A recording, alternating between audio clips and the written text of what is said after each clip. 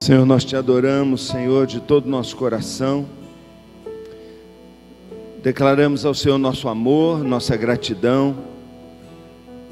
Pai, clamamos ao Senhor que, mais uma vez, Senhor, pela tua graça, pelo poder, pela vontade, o desejo do Senhor de se comunicar conosco, que o Senhor fale agora aqui a esses líderes, às igrejas, aos que estão aqui. Fale ao nosso coração, Pai, nos edifique, nos desafia.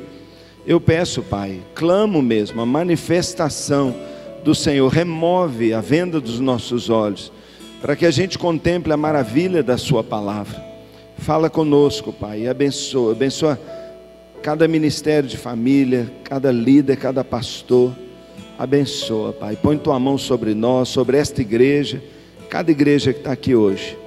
Nós pedimos e nos submetemos ao Senhor. Peço que o Senhor venha ungir nossos ouvidos, Pai, para ouvirmos claramente a tua voz, Pai. É o que eu peço, Senhor, em nome de Jesus, Deus. Amém. Amém. Obrigado, pode se assentar. É um privilégio estar com vocês mais uma vez. Eu acho que eles vão, se você puder, quem está aí na projeção, já jogar a minha imagem aqui, por favor, se é que ela já está no ponto aqui, ó. Estava no ponto. Estou. Obrigado. Eu queria, nessa última oportunidade de falar com vocês, eu quando estava em Belo Horizonte, preparando para essas palestras, veio muito forte a vontade de tocar nesse tema, mas eu pensei, alguém vai falar sobre isso, algum workshop vai envolver isso. Então eu percebo, né, e vou comentar a respeito desse tema, e o tema que eu quero comentar com você é esse aqui, ó.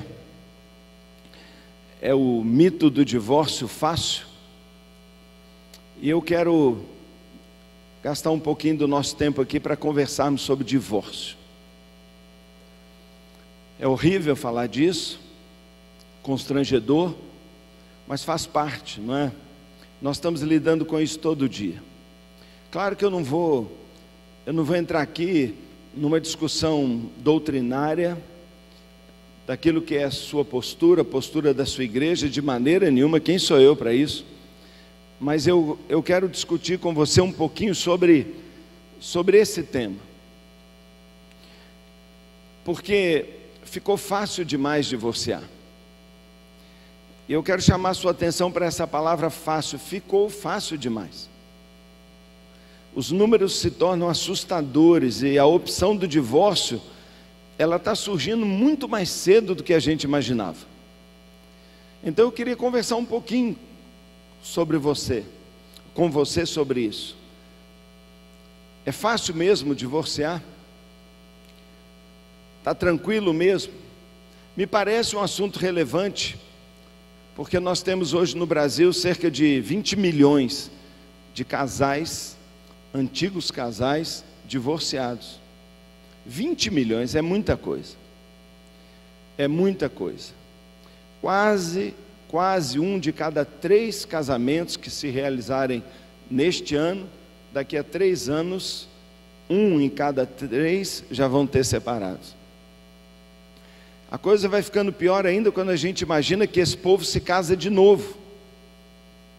E se nós estamos aí da ordem de 35%, 38% de divórcio dos novos casamentos, quando esse pessoal se separa e vai casar de novo, nós estamos vendo, ao invés deles terem aprendido, nós vamos vendo essa estatística explodindo, porque 84%, segundo o IBGE, daqueles que casam a segunda vez, o segundo casamento, 84% termina em divórcio. É um absurdo, fácil de entender.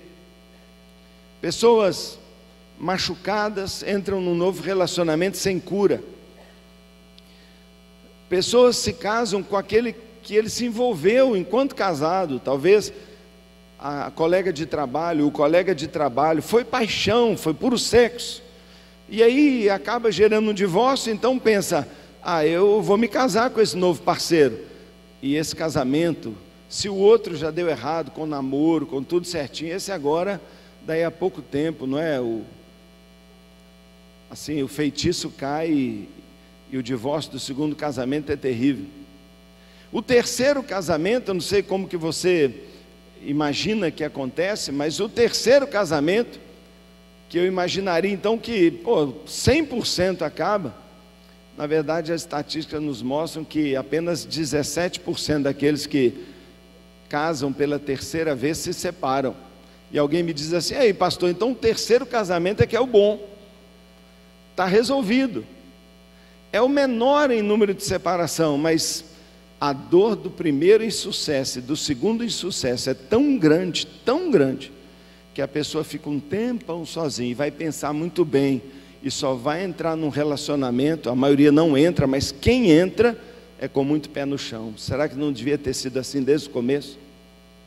Então, nós estamos lidando com um mundo de gente divorciada, e eu queria, inclusive, dizer uma palavra, se alguém está aqui e é divorciado, que tudo aquilo que a gente falar, de maneira alguma traz uma carga de condenação, de maneira alguma. Nós reconhecemos, não é, o Deus da misericórdia, o Deus da graça, é isso que nós somos, mas me perdoe antecipadamente se algum comentário que a gente fizer aqui, não é tocar em alguma sensibilidade. Não é de maneira nenhuma essa a intenção, é um debate, uma conversa com líderes da igreja, pessoas que estão aconselhando, planejando cursos, e nós não podemos não considerar essa questão do divórcio. Então, eu queria falar com você sobre isso, especialmente por uma preocupação que eu tenho, uma preocupação muito grande. O divórcio, como a maioria sabe, você se lembra, foi aprovado oficialmente no Brasil através de uma emenda constitucional no dia 28 de junho de 1977. Foi uma guerra nesse país, foi uma guerra das igrejas, a igreja católica, a igreja evangélica. A aprovação da lei do divórcio parecia para nós o fim do mundo. Ela era tão restritiva que dizia para nós que o casal que quisesse amanhã se divorciar, ele teria que passar pelo menos 3 anos em um tempo probatório. 3 anos. Havia tanta dificuldade. Se alguém já estivesse separado, teria que comprovar, não é, através de documentação, que já estava há 5 anos separado para ter direito a um divórcio. E quem hoje entrasse na lei precisaria estar 3 anos, e o juiz ficava em cima, tenta voltar. Ainda que a pessoa conseguisse o seu divórcio, a lei de 77 diz que só poderia se divorciar uma vez, era uma segunda chance. Meus irmãos, quando essa lei foi aprovada, eu ainda era jovem, mas foi um fim do mundo. Passados alguns anos, tornou-se tão fácil. E a igreja que guerreava contra o divórcio, hoje, na sua maioria, aceita o divórcio com uma facilidade. Eu fico pensando da guerra que nós estamos travando hoje contra o aborto. Eu fico pensando da guerra que a igreja está empreendendo nesse país com relação ao casamento homossexual.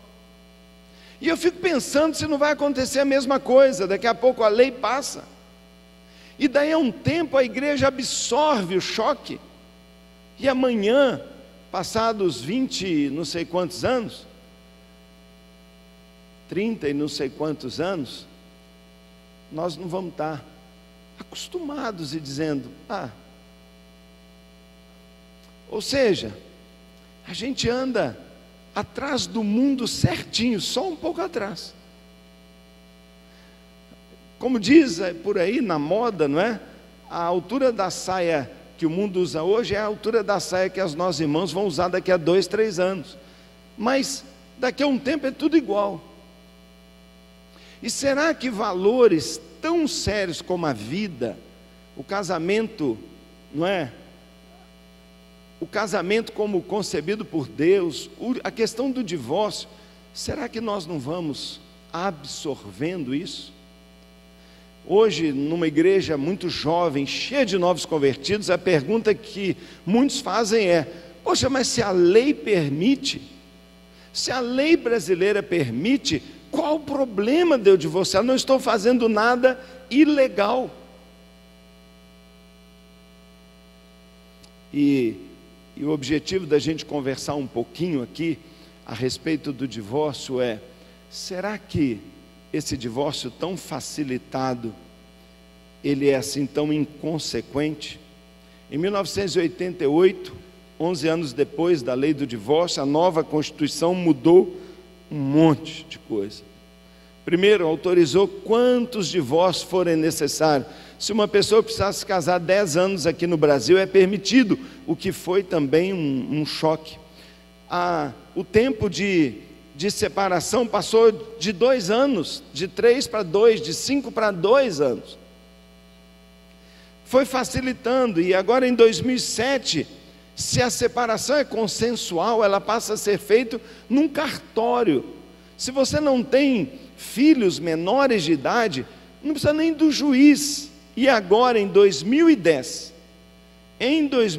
o divórcio passa a acontecer imediatamente, não precisa nem 1 ano de separado, é na hora. Eu brigo hoje, amanhã eu posso ir no cartório, se for consensual eu separo, ou seja, ficou fácil divorciar. Então, o que eu queria dizer é que não existe divórcio fácil, não existe. O fim de um casamento é extremamente traumático, prejudicial, tanto para os pais, tanto para o casal, como para os filhos. Então por quê? Se o divórcio é tão traumático, por que ele continua crescendo, crescendo, crescendo, crescendo? Se dói tanto, se machuca tanto, se prejudica tanto, por que o divórcio continua crescendo tanto? Meus irmãos, nós que batalhamos com família na nossa igreja, o que a igreja vai fazer? Será que a única coisa que nós temos a dizer hoje para as pessoas é: tá bom, separa, nós vamos ter graça, perdão e misericórdia para você? Será que não há algo mais forte, algo mais incisivo que a gente possa fazer? Sabe, eu tenho me negado a ser um daqueles que aceita assim tão facilmente. Eu acho que tudo aquilo que na essência traz constrangimento, esforço, para tentar um pouco mais, eu acho que deveria ser feito. E eu queria hoje, como eu disse, jamais ir cutucar na sua doutrina, mas levantar uma discussão de algo que, no meu entender, é extremamente sério. Eu tenho muitos medos na vida, muitos, mas eu tenho pânico de me colocar contra Deus. Irmãos, eu tenho pânico de me colocar contra Deus. Eu sou pastor. Milhares de pessoas vão seguir aquilo que a gente falar. E eu tenho um medo enorme, não é? De estar falando aquilo que Deus não falou. E eu sinto como pastor uma pressão tão grande para o relaxamento dos padrões. Irmãos, é tanta pressão da família, social, na igreja, é tanta pressão. É uma pressão enorme.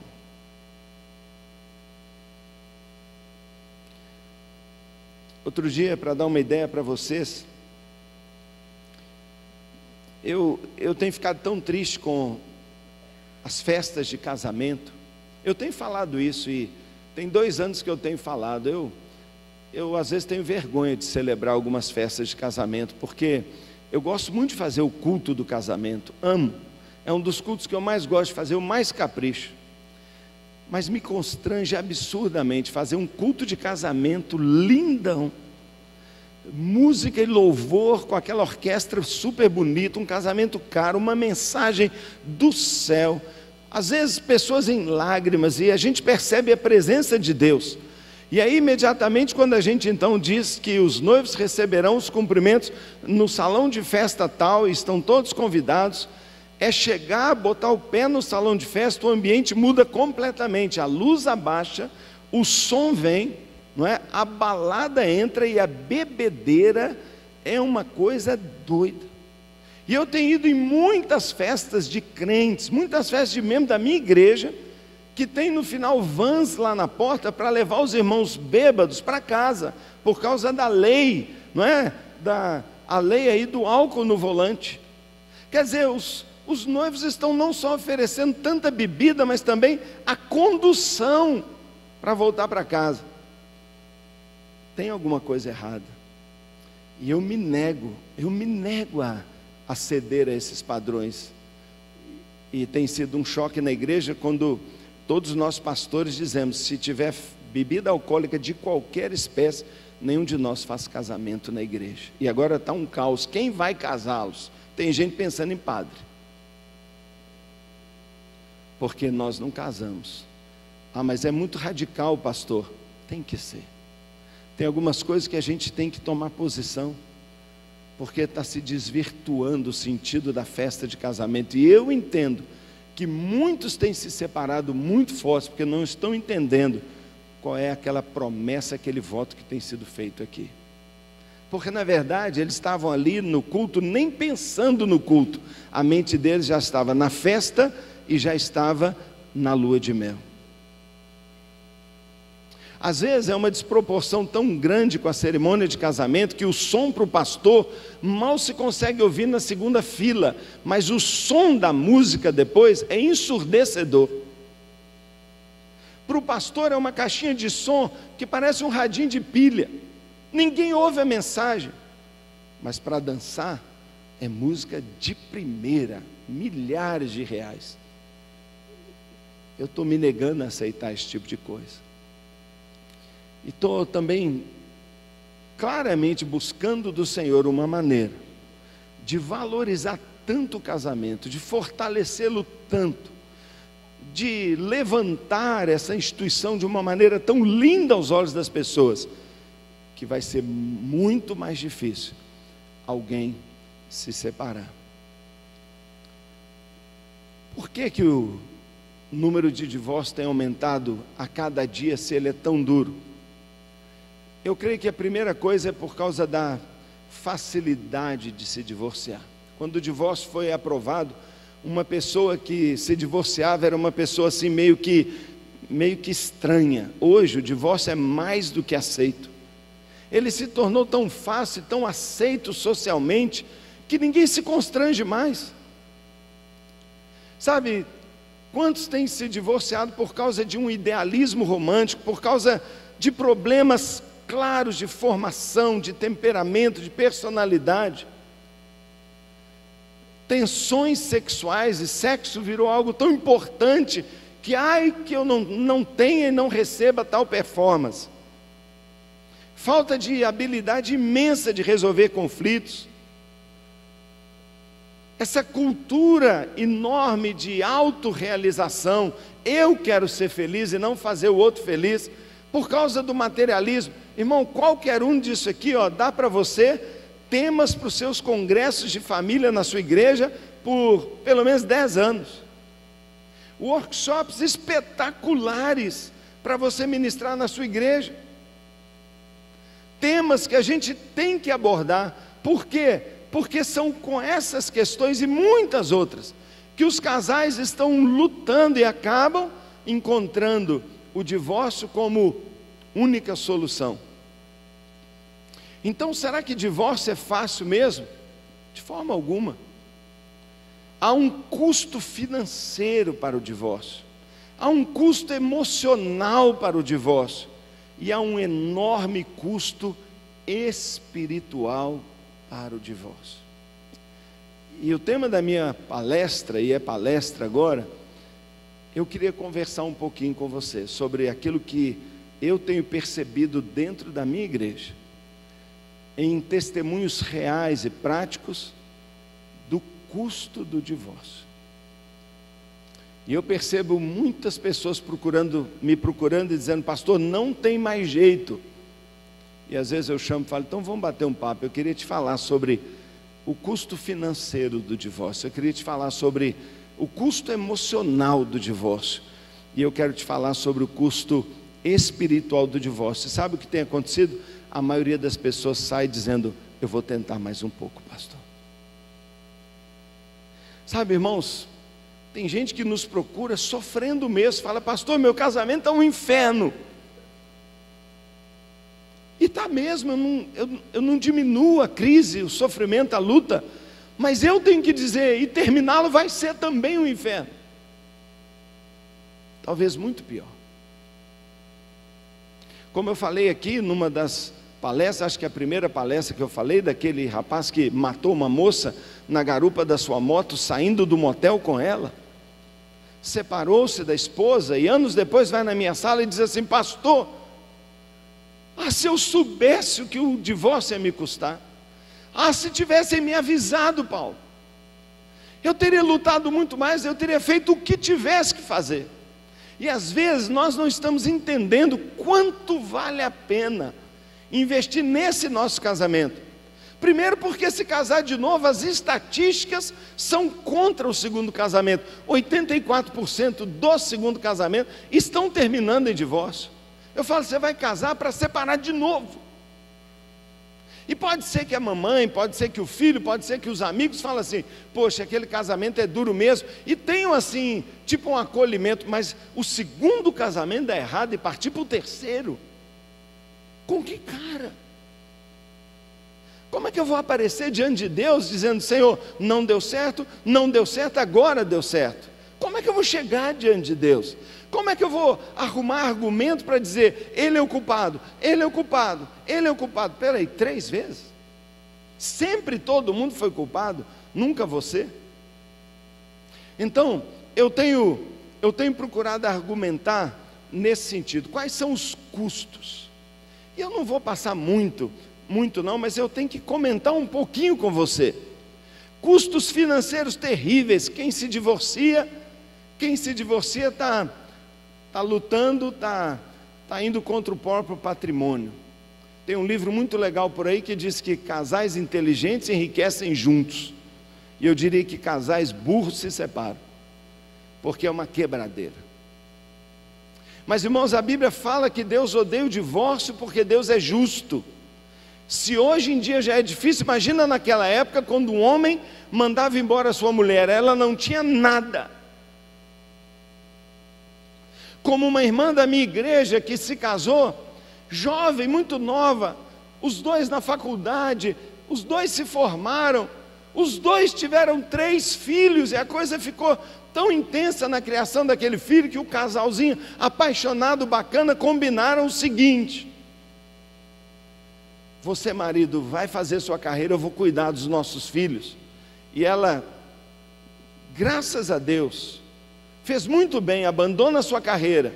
Ele faz uma pós-graduação e ela segurando as pontas, economizando em casa, dedicando-se na ausência dele. Ele faz um mestrado e ela está lá. Ele faz mais uma especialização, ele vira o diretor da empresa, e eles estão bem pra caramba, cheio de dinheiro, a casa linda. Ela se converteu, os filhos na igreja, ele não, lindo, casa bonita, um carro legal. Um dia ela chega na igreja, o olho inchado, chorando. O que foi? Meu marido me procurou e disse que me ama. Ele me ama muito, foi o que ele me falou, pastor, mas apesar de me amar, está irresistivelmente apaixonado pela secretária, 20 anos mais nova que eu, linda. Ele me ama e sempre vai me amar, eu sou a mãe dos filhos dele, mas não quer mais viver comigo, saiu de casa e está vivendo esse caso de amor com ela. Bem, a coisa evolui, e ao final, naquela época, esse cara que ganhava cerca de 20 mil reais, já faz alguns anos, consegue um bom advogado e acerta de deixar com a esposa e 3 filhos a magnífica pensão de 800 reais por mês, enquanto que os outros 20 ficam no bolso para dar presente para a amante, para ter um carro mais bacana. 42% dos homens que se separam progridem absurdamente depois do divórcio, mas 73% das mulheres e dos filhos empobrecem drasticamente. Divorciar é uma escolha. Aquele papo do tipo, eu não vou te desamparar, não, eu te amo e vou deixar você muito bem, é só no começo, é na saída, mas daqui a pouco começa a construir outra vida, a do lado de lá começa a pressionar, e eu vou arrumando maneiras, e a família deixada em geral está lá numa pobreza danada. Filhos têm 75% mais chance de repetência e expulsão escolar, isso é o normal. O menino levou bomba, repetiu, perdeu o ano. Quanto custa a escola de um filho? E a gente vai comentando e falando que essa pessoa que está se divorciando, ela está jogando fora um valor tão lindo quanto a prosperidade da sua família, mas há um custo emocional também. E aí, meus irmãos, eu só anotei aqui alguns, rapidamente, mas isso aqui, irmãos, é uma devastação, Eu estava no presídio, há 2 semanas atrás, visitando um membro da minha célula que está preso, um irmão querido demais, um empresário, que está esperando o julgamento e foi então conduzido à prisão, um homem muito legal, que eu amo, é meu amigo mesmo, mas parece que anos atrás fez alguma bobagem, o processo dele foi levantado, ele agora está preso, eu vou lá sempre visitá-lo, e quando chego no presídio de segurança máxima, lá de Contagem, ou lá de Belo Horizonte, presídio muito bom, há 7 anos não tem uma fuga, uma rebelião, nada, o diretor da penitenciária é um irmão nosso, muito crente, um homem muito joia, chama-se Pedro. Pedro me falava, pastor, tem 2.000 homens aqui, 2.000 homens, nós fazemos um acompanhamento com assistente social, pastor, 2.000 homens aqui, 90% deles não tem pai, ou tem uma péssima relação com seu pai, ou odeia o seu pai, foram criados sem a presença do pai, muitos porque a mãe nem sabe quem é o pai, outros porque os pais muito cedo os abandonaram. Irmão, se um governante soubesse, se um governante entendesse o valor de um pai, ele pegaria parte expressiva dos recursos do seu país e montaria uma escola para pais, oficial, obrigatório. Porque se nós investíssemos em pais, esse país seria diferente e prosperaria absurdamente, os presídios se esvaziariam. Não dá para medir o custo emocional, o efeito do divórcio, mas a gente pode citar meninos com pesadelo a noite toda. A gente pode perceber meninos que quando o pai está separando, a diretora fala, o que está acontecendo? Ele está batendo em todo mundo. E são os meninos que muitos deles vão estar nas penitenciárias depois, se tornando adultos violentos. Meninas, os psicólogos dizem, eu li alguns estudos sobre isso, eles dizem que a primeira coisa numa menina, ninguém sabe explicar, o menino fica violento e a menina se sente culpada, alguma coisa estranha na cabeça dela diz, meu pai saiu de casa por minha causa. Culpa, por quê? Hoje eles estão pesquisando, por que a menina, ela se acha culpada da separação do pai, ela não consegue. Todo psicólogo que vai atender a menina, ela começa a falar, eu acho que meu pai saiu de casa por minha causa, que eu não sou bacana o bastante, eu fiz meu pai largar minha mãe. Essa menina tende a ter relações sexuais prematuras, gravidez na adolescência e experimentar muito mais frequentemente do que o menino, divórcio na sua própria experiência matrimonial. Depressão, agressividade, vergonha, isolamento familiar, perda dos amigos comuns, da turma, sair da igreja, eu não consigo mais estar onde ela está, eu não vou mais onde ele vai, perdas.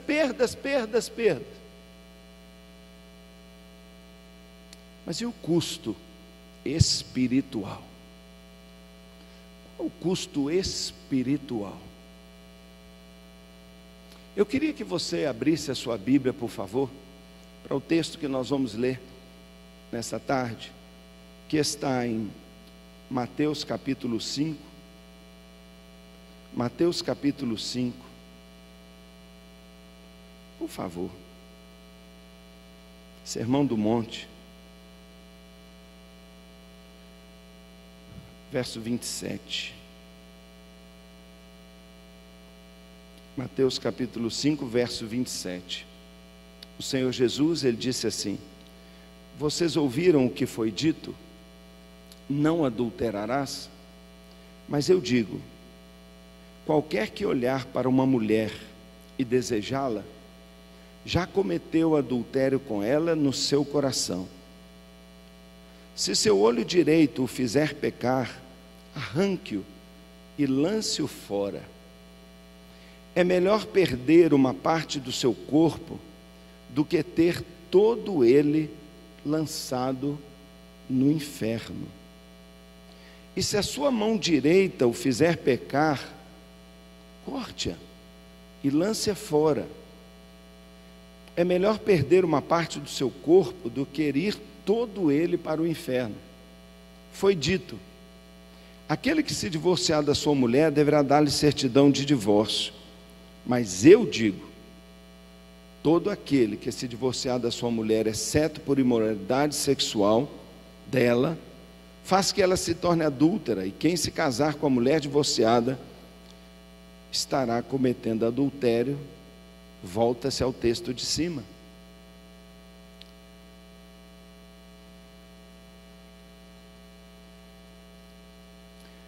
No nosso curso de casais, nós temos ensinado como que se corta a mão direita. Nós temos o curso treinando a arrancar olho. Não deveríamos. Jesus não disse que entre a escolha de adulterar, separar, envolver com outra e perder uma vista, ele não disse que é muito melhor perder a vista? Será que nós não estamos, sem querer, minimizando essa questão? Vamos supor, o olho. Outro dia um jovem chegou para mim e falou assim: mas pastor, qual o problema da pornografia? A pornografia é um pecado individual. Eu estou apenas olhando, e isso não me traz problema nenhum, não afeta ninguém. Se eu faço algum mal, é para mim mesmo. Jesus fala assim, que se você ficar olhando para uma mulher a ponto de desejá-la sexualmente, é melhor você arrancar seu olho para não enxergar. Porque se você continuar olhando, isso significa que você irá para o inferno. Dá para a gente notar a seriedade que Jesus dá para esse tipo de pecado moral? Ele está falando de inferno. E aí levanta-se uma questão enorme: mas pastor, eu vou perder minha salvação porque eu fiquei olhando uma mulher pelada? Eu vou perder minha salvação porque eu não resisti à beleza de uma moça ou de um rapaz? Eu vou perder minha salvação porque me envolvi em adultério com um colega de trabalho fascinante, legal, bacana, e me envolveu? Eu vou perder minha salvação? Jesus está dizendo que vai para o inferno. Como entender esse texto? E daí, o que isso pode estar falando para nós de um perigo espiritual? A Bíblia diz que pela graça somos salvos, não é verdade? Então a salvação não se perde, não é mérito meu, foi o que Cristo fez. É verdade isso. Mas o que é graça? Graça é, de um lado, toda essa bondade, esse favor imerecido de Deus. Mas o que é graça também? No mesmo pacote chamado salvação, graça, vem para nós também a capacitação para viver. Por isso a promessa do Velho Testamento é: darei a você um coração novo, porém em você, na mesma graça, um espírito novo. E essa presença, essa semente fará com que andeis nos meus caminhos e observeis meus estatutos. A graça é capacitadora. O que você está querendo dizer com isso, pastor? Estou querendo dizer claramente que alguém que não luta, que alguém que não busca, que alguém que não se quebranta, que alguém que não quer mudar, provavelmente nem salvo ele não é. Alguém que está ali na pornografia, alguém que está no adultério uma vez, duas vezes, vivendo uma vida escondida há muitos anos, isso não incomoda. E ele diz, mas eu sou crente, eu tenho a graça. O que eu vou dizer para ele? Não tem nada. Porque a mesma graça que salva, ela liberta e capacita. Pastor Jeremias está sempre por aí, não sei se já chegou, mas ele diz, Deus não exige da gente perfeição, mas Ele requer de nós quebrantamento. O que Jesus está dizendo é, lute contra isso, pague o preço que tiver que pagar, pague o preço, mas mostre que você quer mudar. Minha esposa está ali, ela sabe muito bem que eu não sou perfeito, sabe dos meus erros, mas ela sabe como eu luto para agradar a Deus, como eu me aproprio da capacitação de Deus para viver uma vida santa. Ela sabe disso, e por isso ela confia em mim, não como alguém perfeito, mas ela fala, eu sei o que meu marido faz para manter a aliança comigo. Será que nós temos ensinado, falado sobre os perigos? Hebreus capítulo 13 diz que é abençoado, digno de honra, bem-aventurado entre todos, digno de honra entre todos, o matrimônio e o leito não maculado. Que coisa linda, uma família bacana. Mas diz assim, mas Deus julgará os adúlteros e impuros. Será que nós estamos ensinando adequadamente a respeito do custo espiritual? O que significa para nós Apocalipse 21, 27, quando diz que de maneira alguma ali entrarão os impuros, os mentirosos, não é? Então, eu estou levantando aqui a conversa do custo do divórcio. Do custo do divórcio. A Bíblia fala que Deus tem sentimento com relação ao divórcio. A Bíblia fala que Deus odeia o divórcio. Claramente. Eu já procurei, já li e reli esse texto. Falei, deve ter um outro sentido. Não, é isso mesmo. Deus detesta mesmo. E como é que eu vou não detestar algo que Deus detesta? Como é que no meio das nossas igrejas vai ser tolerado, aceito algo que Deus detesta tanto? Tanto. E o texto ainda, e a palavra de Deus ainda diz mais, que o divórcio acontece, e se acontece é por causa da dureza do nosso coração. Jesus disse assim, qualquer divórcio pode ser evitado, se a pessoa realmente quiser superar. Toda separação, todo pecado, toda dificuldade, toda incapacidade de amar, toda diferença de personalidade, tantas razões, de fato, podem ser superadas com o quebrantamento do coração. Então, não é que sobra divórcio, falta quebrantamento. Falta quebrantamento. A mesma graça que capacita um jovem enchendo do Espírito a fechar o seu computador e dizer, nunca mais eu me envolvo com pornografia, porque eu quero agradar a Deus, porque isso entristece o coração de Deus, e ele recebe uma capacidade, ele vive puro, e nós batemos palma e dizemos, que linda essa juventude pura, essa juventude que só transa depois que casar, que bacana. Muitas vezes, os já casados, os mais velhos, não têm a mesma atitude, não buscam o mesmo poder, a mesma graça, porque vão endurecendo o coração. Eu amo qualquer pessoa que eu me dispor a amar, eu perdoo qualquer pessoa que eu me dispor a perdoar. E tem a ver com o nosso coração. E eu tenho percebido, sabe, no meio de tantas pessoas que a gente tem aconselhado, de que para resolver o problema do casamento, nós temos que resolver o problema da relação delas com Deus. Falta Deus, falta o Espírito Santo, falta avivamento, falta a presença de Deus naquele coração.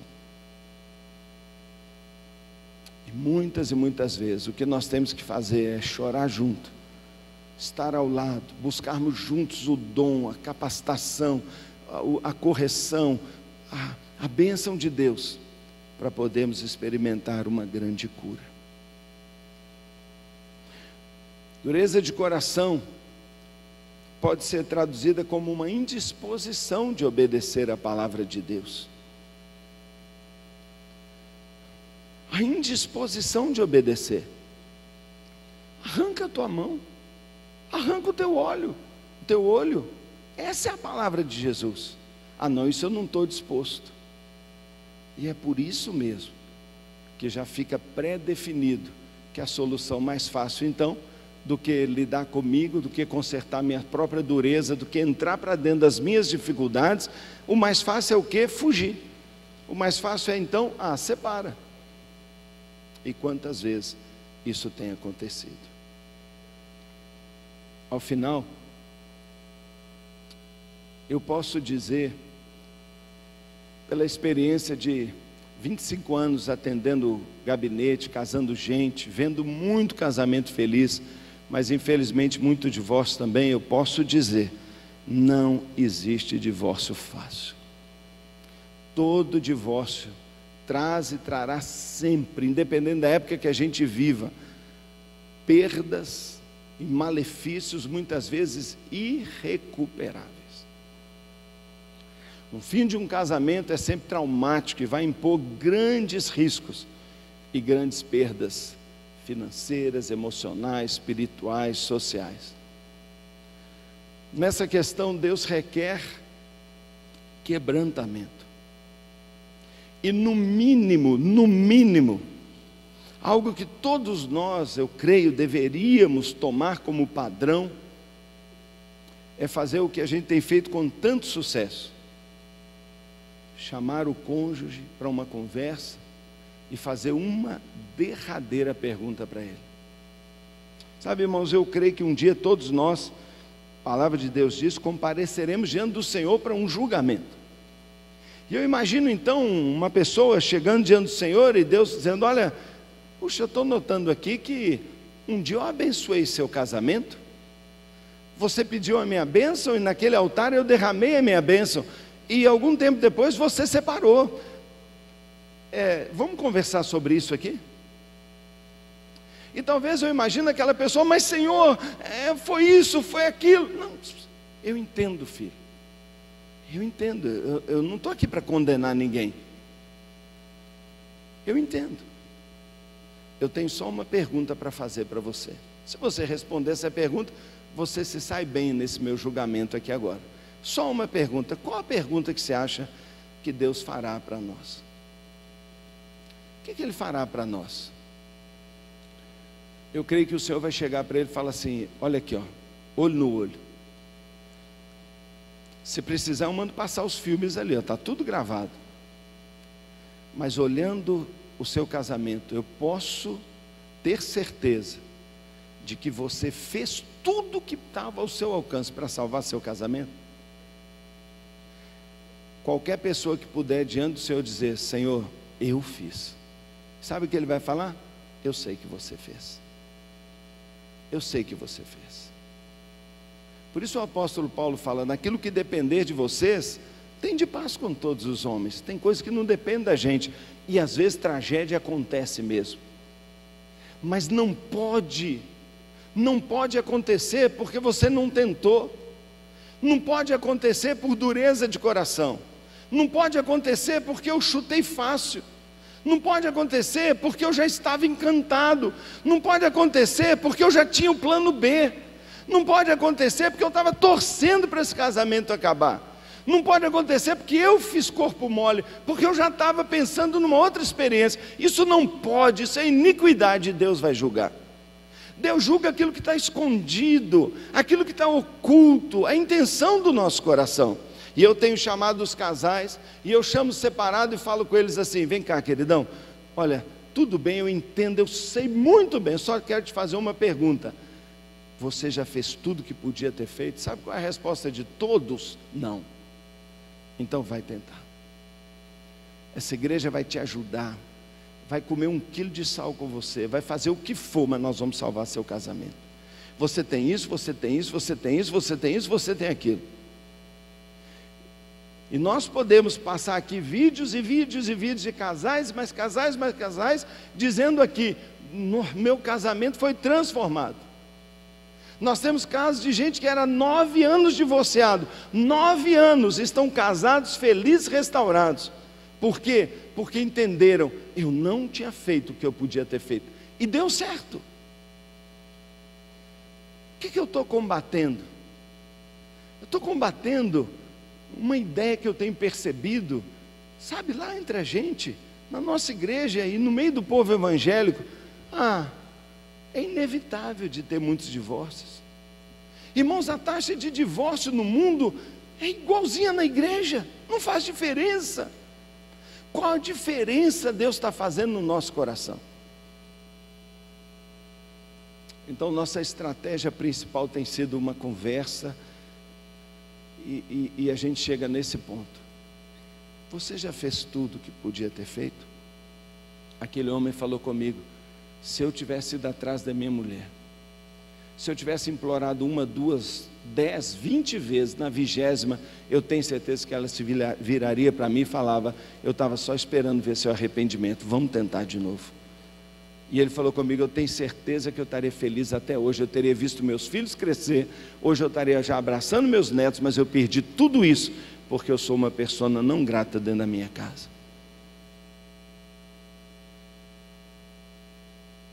Será que nós já fizemos tudo que poderia fazer?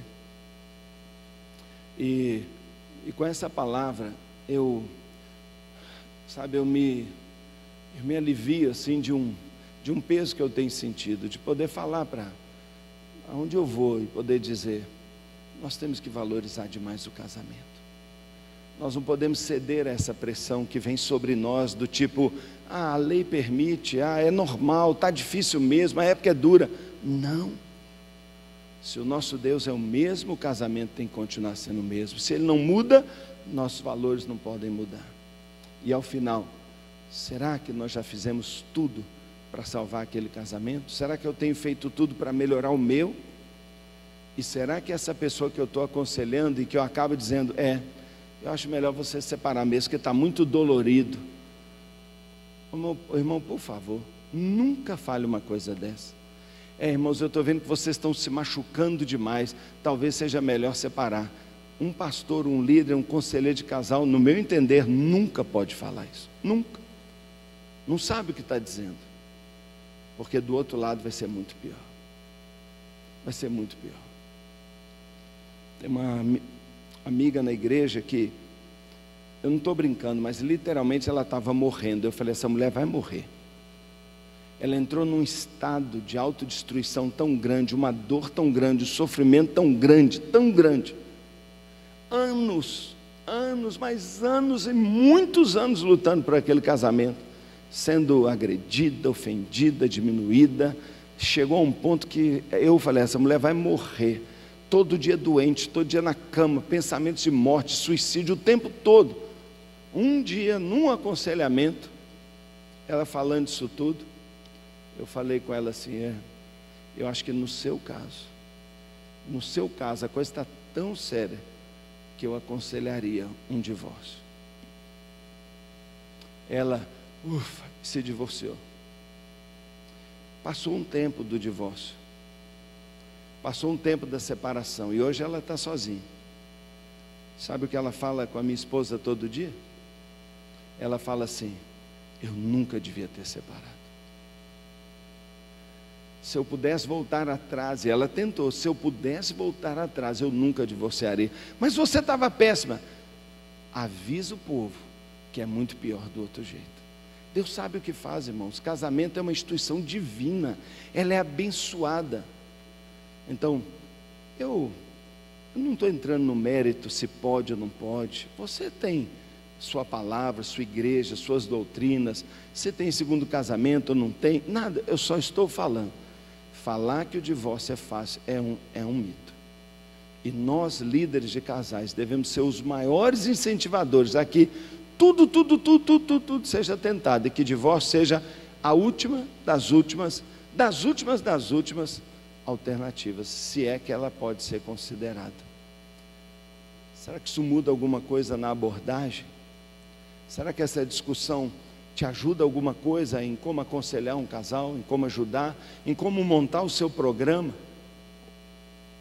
Nós temos chamado o nosso principal ministério de casais, nós temos chamado casais vencedores, porque nós cremos mesmo que o Senhor nos chamou para sermos mais que vencedores sobre todas essas situações que tentam nos afastar dele. Ele prometeu, isso ele afirmou para nós, e eu creio que nós podemos e temos a obrigação de sermos uma casa de esperança, onde mais do que qualquer outro, nós somos a voz que diga: nunca desista, sempre tem jeito. Casos crônicos têm cura, milagres acontecem, Deus é capaz de tudo, tem que ser a nossa bandeira. Por isso nosso ministério se chama Casais Vencedores, porque nós acreditamos que quebrantados diante do Senhor, todo casal pode ser vencedor.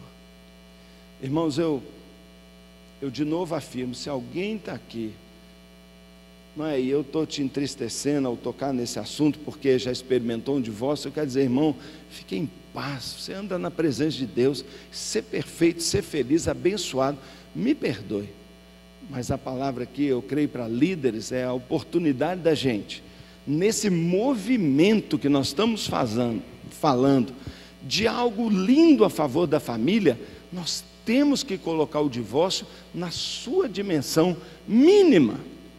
Algo como Jesus disse, Moisés não ordenou, não permitiu, nada disso, isso é uma concessão, não é a vontade de Deus. Nós temos que relembrar isso, porque parece que nós estamos como o pessoal daquela época, não, é permitido divórcio, não é o que está no coração de Deus. Vamos ficar de pé e vamos orar?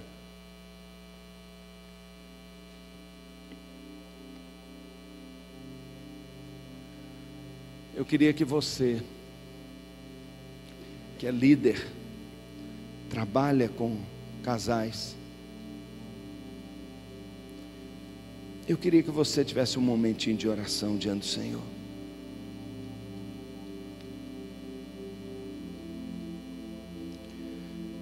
Já imaginou, irmãos? Já imaginou o privilégio? Já imaginou o privilégio de restaurar um casamento? Já imaginou o privilégio de ser usado por Deus nesse movimento que Deus tem nos chamado a fazer? Já imaginou o privilégio de poder, nas mãos do Senhor, oh meu Deus,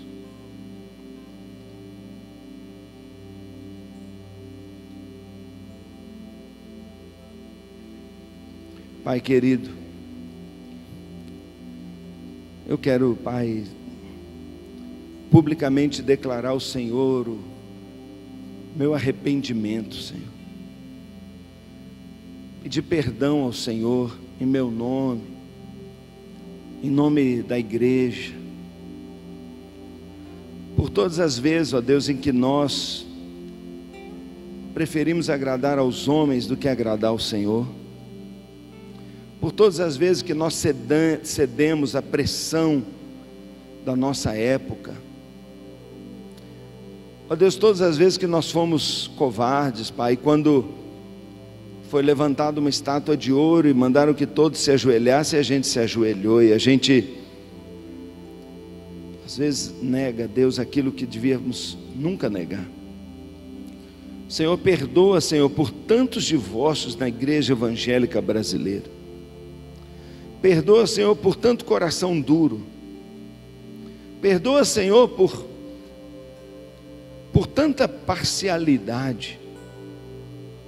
Senhor, eu quero pedir perdão, Senhor.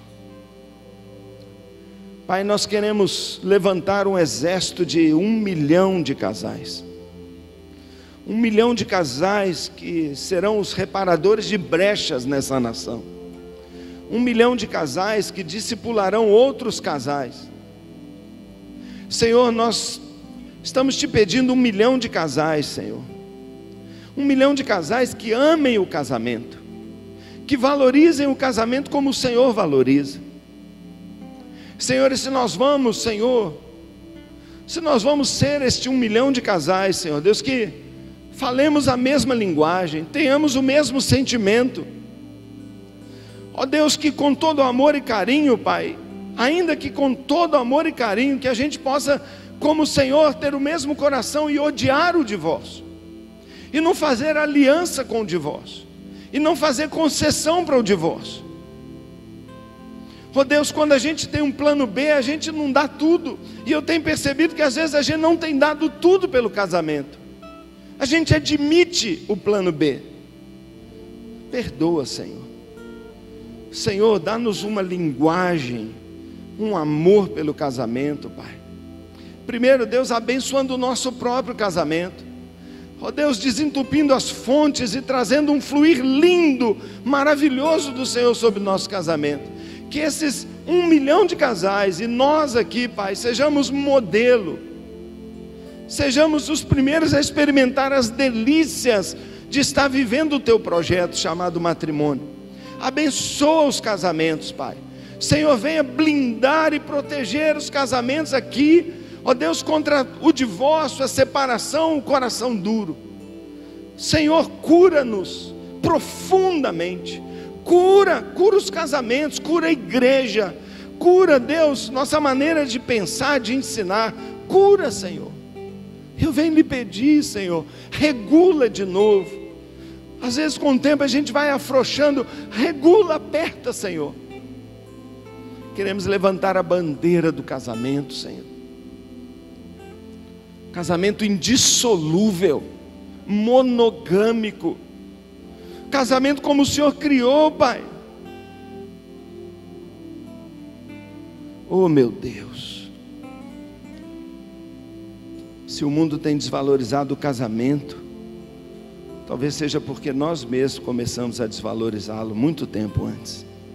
E eu peço que o Senhor nos perdoe, e que o Senhor, ó Deus, vá construindo aqui no coração de cada líder, ó Deus, uma postura, uma atitude, para que nós possamos ser bandeira, nós possamos expressar com fidelidade o coração do Senhor, e sermos profetas, boca de Deus, para a nossa geração, ainda que sejamos chamados de caretas. Oh meu Deus, dá-nos espírito de coragem, dá-nos, Pai, autoridade, Senhor. Oh Deus, quantos e quantos e quantos, quando se separam, estão perdendo a autoridade espiritual. Quantos pastores têm perdido sua autoridade espiritual? Quantos pastores não pregam mais sobre família porque não tem autoridade mais para pregar? E eu venho clamar, Senhor, misericórdia de nós, restaura-nos, Pai. Oh Deus, eu oro, Deus, sobre aqueles que já enfrentaram essa luta, essa batalha, essa derrota. Eu quero pedir restauração, eu quero pedir, Pai, completa restauração. Ó Deus, experimentarem um recomeço extraordinário, lindo do Senhor, e restaurarem de tal maneira sua autoridade, que ainda, Deus, que tenham passado por esse problema, preguem com ousadia toda a verdade da palavra de Deus. Nos abençoa, Senhor. Eu clamo, eu oro, eu peço, Senhor, nos ajude, Pai. Oro por cada igreja que está aqui representada, oro pelos ministérios com família, Deus. Oh Deus, que o Senhor levante, Pai, equipes simplesmente excelentes, ousadas, cheios do poder do Espírito, para levantarem, Pai, famílias saudáveis, equilibradas, cheias do poder de Deus, para fazerem diferença nas suas cidades, a ponto que as pessoas batam na porta da nossa casa para perguntar para nós qual é o segredo, Senhor, de uma família assim tão abençoada. Pai, eu oro assim, Deus, que o Senhor mesmo, Pai, venha regar ó Deus, as sementes lançadas, que estão sendo lançadas ao longo desse congresso, para que os frutos só sejam capazes de ser medidos na eternidade, em prol desta nação que tanto precisa da palavra de Deus. Eu oro, Pai, clamo a tua bênção no nome de Jesus. Amém.